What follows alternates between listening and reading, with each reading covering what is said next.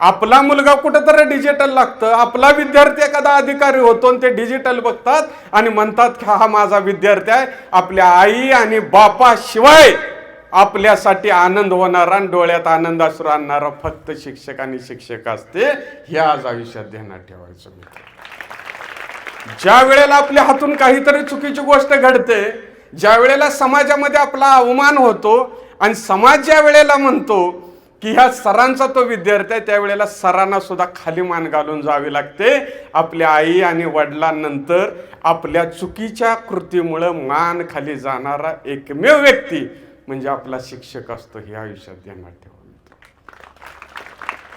तुम्हाला समाजामध्ये सगळे गोड बोलणार आणि म्हणणार का तर माणसं उपयोगिता शोधत असतात, त्या माणसाकडून काम करून घ्यायचं असतं. जगात 3च माणसं तुमच्यावर रागवणार, एक आई, एक वडील आणि दुसरं शिक्षक. कारण ह्या तिघांनाच तुमच्या भविष्याची काळजी असते. जगाला तुमच्या भविष्याची काळजी अजिबात नसते लेकरं. आणि जर ह्यांचं रागावणं आपल्याला जर चुकीचं वाटायला लागलं ना, तर भविष्यामध्ये आपण आयुष्यात काहीही करू शकत नाही. हे आज आपण लक्षात घेऊन जायचं आहे.